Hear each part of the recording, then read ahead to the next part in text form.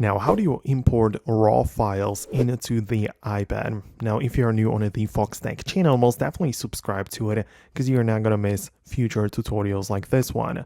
Okay, so it depends on which type of file you want to import, but let's say that I capture raw photos with my DSLR camera.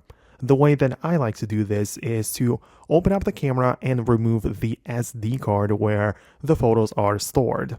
Naturally, if you have your photos stored on a SSD drive or some other place, the process is going to be very similar. Now, all I have to do is to figure out a way of connecting these storage devices to my iPad.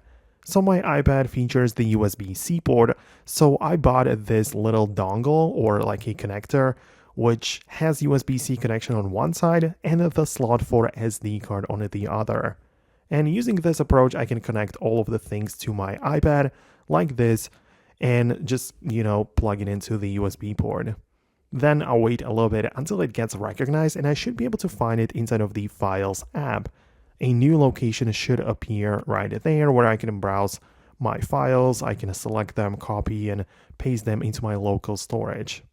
Another approach would be to check out the Photos app, because if you open up the Photos app and if there is like this external drive recognized, you should also have the ability to import it directly there inside of the Photos app. And one last option you can explore is to check out the App Store and look up the Photo Picker app. And this is going to be an app which you can get for free.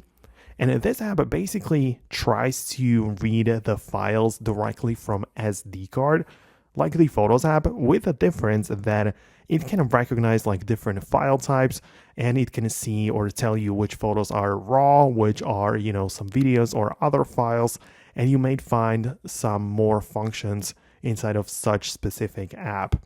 So I'm showing you all of the possible approaches and options you have. Most definitely let me know below in the comments if you managed to do what you needed.